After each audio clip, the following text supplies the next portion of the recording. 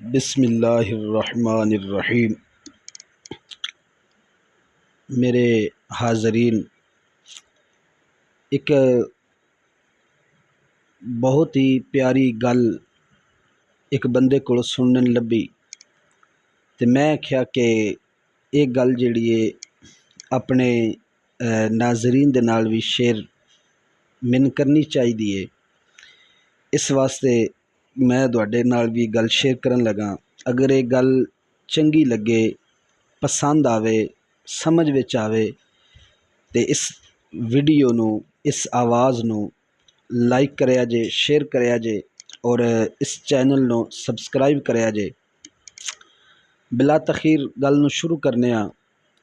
एक नौजवान, उसकी घर वाले ने शादी कर दी।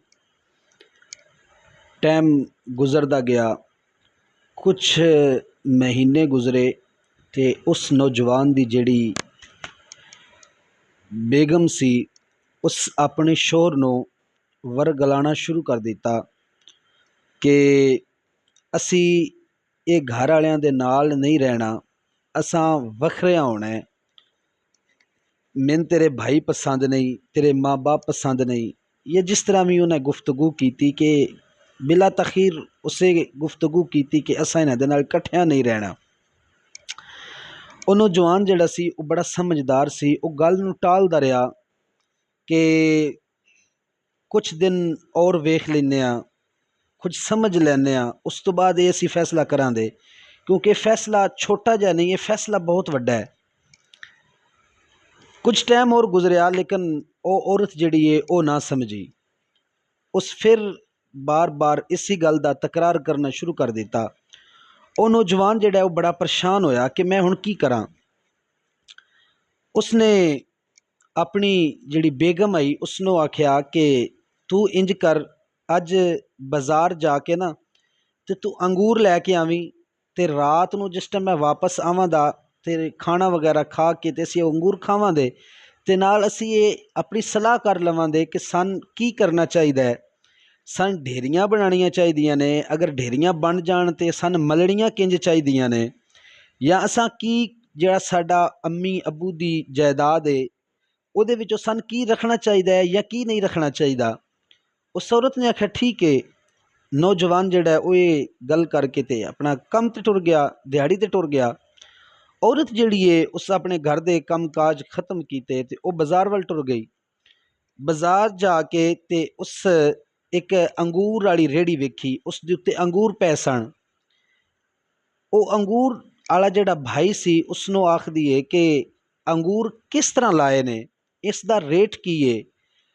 वो अंगूर वाला भाई जिहड़ा है वो आखदा है कि ਇਹ ਜਿਹੜੇ ਗੁੱਛਿਆਂ ਦੇ ਨਾਲੋਂ ਅੰਗੂਰ ਜੁਦਾ ਹੋਏ ਨੇ। ਐਲੇ ਇਲਮ ਲੋਗੋ, ਤੁਸੀਂ ਵੀ ਇਸ ਗੱਲ ਨੂੰ ਜਾਣਦੇ ਹੋਵੋਗੇ ਕਿ ਜਦੋਂ ਵੀ ਅੰਗੂਰ ਪਏ ਹੋਣ ਤੇ ਉਹਨਾਂ ਦੇ ਨਾਲੋਂ ਕੁਝ ਅੰਗੂਰ ਗੁੱਛਿਆਂ ਦੇ ਨਾਲੋਂ ਭੁਰ ਜਾਂਦੇ ਨੇ, ਥੱਲੇ ਡਿੱਗ ਜਾਂਦੇ ਨੇ। ਉਹ ਫਿਰ ਉਹਨੂੰ ਇਕੱਠਾ ਕਰਕੇ ਤੇ ਉਹ ਫਿਰ ਵੇਚਦੇ ਨੇ। ਉਹ ਭਾਈ ਉਸ ਨੂੰ ਆਖਣ ਲੱਗਾ ਕਿ ਭੈਣ ਜਿਹੜੇ ਇਹ ਗੁੱਛਿਆਂ ਦੇ ਨਾਲੋਂ ਅੰਗੂਰ ਜੁਦਾ ਨੇ ਇਹਨਾਂ ਦਾ ਰੇਟ 50 ਰੁਪਏ ਕਿਲੋ ਏ ਤੇ ਜਿਹੜੇ ਅੰਗੂਰ ਗੁੱਛਿਆਂ ਦੇ ਨਾਲ ਲੱਗੇ ਨੇ ਇਹਨਾਂ ਦਾ ਰੇਟ 100 ਰੁਪਏ ਕਿਲੋ ਏ। ਤੁਸੀਂ ਦੱਸੋ ਤੁਹਾਨੂੰ ਕਿਹੜੇ ਚਾਹੀਦੇ ਨੇ। ਹੁਣ ਔਰਤ ਜਿਹੜੀ ਏ ਉਸਦੇ ਜ਼ਿਹਨ ਦੇ ਅੰਦਰ ਖਿਆਲ ਆਇਆ ਕਿ ਅਗਰ ਮੈਂ ਇਹ 100 ਵਾਲੇ ਅੰਗੂਰ ਅਗਰ 50 ਦੇ ਲੈ ਕੇ ਜਾਨੀ ਆ ਤੇ ਜਿਹੜਾ ਮੇਰਾ ਮਰਦ ਏ, ਮੇਰਾ ਖਾਵੰਦ ਏ, ਉਹ ਬੜਾ ਖੁਸ਼ ਹੋਵੇਗਾ ਕਿ ਇਸ ਨੂੰ ਘਰ ਚਲਾਉਣ ਦਾ ਤਰੀਕਾ ਹੈ। मतलब जिहड़ी महंगी चीज़ है उस ये नहीं लई, बल्कि वही चीज़ सस्ती लैके आई है। कुछ ना कुछ उन मेरे ते एतबार होवेगा ते सन वखरियां होण नालों जिहड़ी ये देर लगदी है पई असीं जल्दी वखरियां हो जांदे। औरत जिहड़ी उस आख्या कि भाई मैनूं ये 50 रुपए वाले जिहड़े अंगूर ने ये ही दे दे। औरत लैके घर आ गई। टाइम गुजरिया, शाम दा वेला आया। जदों नौजवान अपना काम काज करके वापस घर आया, रोटी पानी जो उन्होंने खाना सी वो खा के ते औरत नूं आखदा कि जिहड़े अंगूर तू लैके आई है वो अंगूर लिया खावीए नाले सलाह करिए। औरत जिहड़ी है वो बड़ी खुशी दे नाल उठी और जिथे अंगूर फ्रिज दे विच या कमरे दे विच रखे सन वो अंगूर लैके ते अपनी शोहर दी अगे आ गई सामने कि ठीक है अंगूर असीं खाने आ, नाले सलाह कर लैने आ। ਉਹ ਜਿਹੜਾ ਨੌਜਵਾਨ ਸੀ ਉਸਨੇ ਅੰਗੂਰ ਖਾਣ ਤੋਂ ਪਹਿਲੇ ਉਹਦੇ ਕੋਲ ਪੁੱਛਿਆ ਕਿ ਇਹ ਅੰਗੂਰ ਕਿਹਦੇ ਕੋਲ ਆਉਂਦੇ ਨੇ, ਕਿਵੇਂ ਆਉਂਦੇ ਨੇ, ਇਹਨਾਂ ਦਾ ਰੇਟ ਕੀ ਹੈ। ਉਸ ਔਰਤ ਨੇ ਬੜੀ ਖੁਸ਼ੀ ਦੇ ਨਾਲ ਇਹ ਜੁਮਲੇ ਦੁਹਰਾਏ ਕਿ ਮੇਰਾ ਮਰਦ ਬੜਾ ਖੁਸ਼ ਹੋਵੇਗਾ ਕਿ 100 ਵਾਲੀ ਚੀਜ਼ ਮੈਂ 50 ਰੁਪਏ ਦੀ ਲੈ ਕੇ ਆਂਦੀ ਹਾਂ। ਹੁਣ ਔਰਤ ਉਸ ਆਪਣੇ ਨੌਜਵਾਨ ਸ਼ੋਹਰ ਨੂੰ ਦੱਸ ਰਹੀ ਹੈ ਕਿ 100 ਵਾਲੇ ਵੀ ਅੰਗੂਰ ਆਣ, 50 ਵਾਲੇ ਵੀ ਆਣ, ਲੇਕਿਨ ਮੈਂ ਇਹ 50 ਦੇ ਅੰਗੂਰ ਆਂਦੇ ਨੇ ਤੇ ਮੇਰੇ ਤੇ ਇਤਬਾਰ ਹੋ ਗਿਆ ਹੋਣਾ ਕਿ ਮੈਨੂੰ ਘਰ ਚਲਾਉਣ ਦਾ ਕਿਤਨਾ ਤਰੀਕਾਕਾਰ ਹੈ, ਲੇਕਿਨ ਅਸੀਂ ਜਦੋਂ ਵੱਖਰੇ ਹੋ ਜਾਂਦੇ ਤੇ ਅਲਹਮਦੁਲਿਲਾ ਮੈਂ ਘਰ ਚਲਾ ਸਕਨੀ ਹਾਂ। ਉਹ ਨੌਜਵਾਨ ਜਿਹੜਾ ਬੜਾ ਸਮਝਦਾਰ ਸੀ ਉਸ ਗੱਲ ਨੂੰ ਸਮਝ ਗਿਆ। ਉਹ ਉਸ ਔਰਤ ਨੂੰ ਆਖਦਾ ਹੈ ਕਿ ਜਿਹੜੇ ਤੂੰ ਅੰਗੂਰ ਆਂਦੇ ਨੇ ਇਹ ਆਪਣੇ ਸਿਰ ਤੇ ਰੱਖ ਲੈ ਔਰ ਲੈ ਕੇ ਚਲੀ ਜਾ ਆਪਣੇ ਮੇਕਿਆਂ ਦੇ ਘਰ। ਅਗਰ ਤੂੰ ਇੱਥੇ ਰਹਿਣਾ ਮੇਰੇ ਕੋਲ ਤੇ ਅੱਜ ਤੋਂ ਬਾਅਦ ਤੂੰ ਇਹ ਵਖੇਮੇ ਦੀ ਗੱਲ ਨਹੀਂ ਕਰਨੀ ਕਿ ਅਸਾਂ ਵੱਖਰਿਆ ਹੋਣਾ ਹੈ। ਜੇ ਤੂੰ ਇਹ ਗੱਲ ਨਹੀਂ ਕਰਨੀ ਤੇ ਫਿਰ ਰਹਿ ਸਕਦੀ ਹੈ, ਜੇ ਅਗਰ ਤੂੰ ਇਹ ਗੱਲ ਕਰਨੀ ਹੈ ਤੇ ਫਿਰ ਚਲੀ ਜਾ।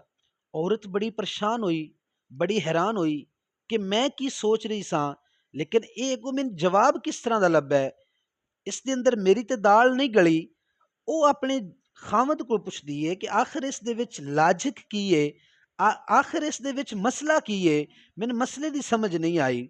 ਉਹ ਨੌਜਵਾਨ ਉਹ ਆਪਣੀ ਔਰਤ ਨੂੰ ਆਖਦਾ ਹੈ ਕਿ ਐ ਨਾਦਾਨ, ਤੈਨੂੰ ਅਜੇ ਵੀ ਸਮਝ ਨਹੀਂ ਆਈ ਕਿ ਜਿਸ ਟਾਈਮ ਇਹ ਅੰਗੂਰ ਗੁੱਛਿਆਂ ਦੇ ਨਾਲ ਮੌਜੂਦ ਨੇ ਤੇ ਇਹਨਾਂ ਦਾ ਰੇਟ 100 ਰੁਪਏ ਕਿਲੋ ਹੈ, ਤੇ ਜਦੋਂ ਇਹ ਹੀ ਅੰਗੂਰ ਗੁੱਛਿਆਂ ਤੋਂ ਜੁਦਾ ਹੋ ਗਏ ਇਹਨਾਂ ਦੀ ਕੀਮਤ ਅੱਧੀ ਹੋ ਗਈ, 100 ਤੋਂ ਹਟ ਕੇ 50 ਤੇ ਆ ਗਈ।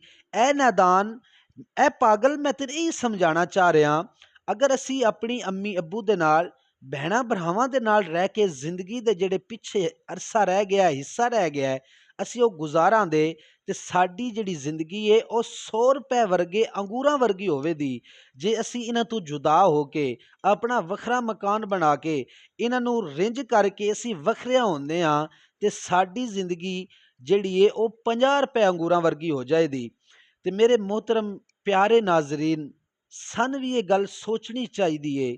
ਅੱਜ ਹਰ ਘਰ ਦਾ ਇਹੀ ਮਸਲਾ, ਇਹੀ ਰੋਣਾ, ਇਹੀ ਪਰੇਸ਼ਾਨੀ, ਇਹੀ ਟੈਨਸ਼ਨ।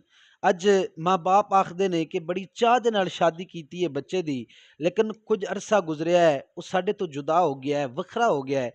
ਅਸਲ ਅਗਰ ਗੱਲ ਨੂੰ ਬੰਦਾ ਸਮਝੇ ਤੇ ਫਿਰ ਇਹ ਨੌਬਤ ਨਹੀਂ ਆਉਂਦੀ। ਠੀਕ ਹੈ, ਹਜ਼ਰਤ ਆਦਮ ਅਲੈਹਿਸਸਲਾਮ ਤੋਂ ਲੈ ਕੇ ਅੱਜ ਤੱਕ ਇਹ ਦੁਨੀਆ ਦਾ ਰਿਵਾਜ ਚੱਲਦਾ ਆਇਆ, ਵੱਖਰਾ ਹੋਣਾ ਠੀਕ ਹੈ, ਲੇਕਿਨ ਲੜਾਈ ਝਗੜਾ ਕਰਕੇ ਵੱਖਰਿਆ ਹੋਣਾ ਜਾਂ ਪਿਆਰ ਮੁਹੱਬਤ ਦੇ ਨਾਲ ਵੱਖਰਿਆ ਹੋਣਾ, ਇਹਨਾਂ ਦੋਵਾਂ ਚੀਜ਼ਾਂ ਦੇ ਵਿੱਚ ਫਰਕ ਹੈ। ਅਗਰ ਬੰਦਾ ਇਹਨਾਂ ਅੰਗੂਰਾਂ ਵਾਲੀ ਗੱਲ ਜ਼ਿਹਨ ਦੇ ਵਿੱਚ ਰੱਖੇ ਤੇ ਬੜਾ ਬੰਦਾ ਸਬਕ ਲੈ ਸਕਦਾ ਹੈ। ਸਾਨੂੰ ਚਾਹੀਦਾ ਹੈ ਕਿ ਇਸ ਗੱਲ ਦੇ ਜ਼ਿਹਨ 'ਚ ਰੱਖ ਕੇ ਇਹਦੇ ਤੋਂ ਸਬਕ ਉਠਾਈਏ। ਜਿਸ ਬੰਦੇ ਨੂੰ ਇਹ ਸਮਝ ਆਈਏ ਉਹ ਬਰਾਏ ਕਰਮ ਆਪਣੀ ਰਾਏ ਜ਼ਰੂਰ ਦੇਵਿਆ ਜੇ ਕਮੈਂਟ ਦੇ ਅੰਦਰ, ਔਰ ਇਹ ਵੀਡੀਓ ਅੱਛੀ ਲੱਗੇ ਤੇ ਇਸ ਨੂੰ ਸ਼ੇਅਰ ਕਰਿਆ ਜੇ, ਸਬਸਕ੍ਰਾਈਬ ਕਰਿਆ ਜੇ। ਨਵੀਂ ਵੀਡੀਓ ਵਿੱਚ ਮਿਲਦੇ ਹਾਂ, ਇਤਨੇ ਵਾਸਤੇ ਇਜਾਜ਼ਤ ਦਿਓ। ਮੁਹੰਮਦ ਵਕਾਰ ਅਤਾਰੀ, ਨੈਕਸਟ ਵੀਡੀਓ ਵਿੱਚ ਮਿਲਾਂਗੇ ਇਨਸ਼ਾ ਅੱਲਾ ਅਜ਼za ਵਜਲ।